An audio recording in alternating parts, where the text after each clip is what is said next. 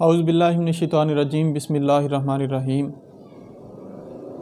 اللہ تعالیٰ کے مقرب لوگ، اللہ تعالیٰ کے نیک لوگ جب اللہ کی عبادت میں مشغول ہوتے ہیں، سجدہ ریز ہوتے ہیں، اللہ تعالیٰ سے ہم کلام ہوتے ہیں، تو ان کی محبت کا کیا عالم ہوتا ہے، وہ کس طرح سے محو گفتگو ہوتے ہیں کہ انہیں دنیا جہان کی خبر نہیں ہوتی۔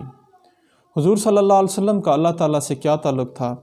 ایک چھوٹا سا واقعہ عرض کرتا ہوں کہ ایک بار حضرت عائشہ صدیقہ رضی اللہ تعالیٰ عنہ آپ صلی اللہ علیہ وسلم کی خدمت اقدس میں حاضر ہوئیں۔ آپ صلی اللہ علیہ وسلم اللہ کی معیت اور قرب کی تجلیات میں محو تھے۔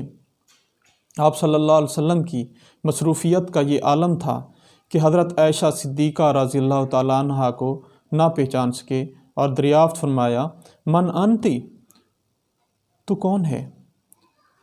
عرض کیا، انا عائشہ، میں عائشہ ہوں۔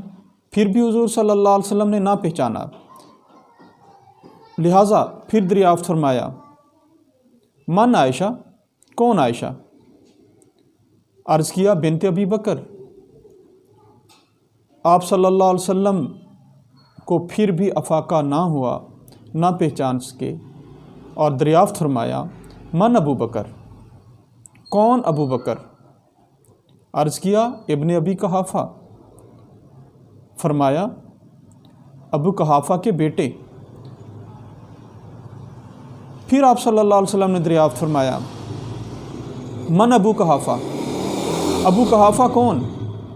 تب حضرت عائشہ صدیقہ رضی اللہ تعالیٰ عنہ پر دہشت اور خوف کا غلبہ طاری ہوا اور چپکے سے واپس ہو گئیں۔ پھر جب آپ صلی اللہ علیہ وسلم کو اس حالت سے افاقہ ہوا تو حضرت عائشہ صدیقہ رضی اللہ تعالیٰ عنہ نے سب ماجرا کہہ سنایا۔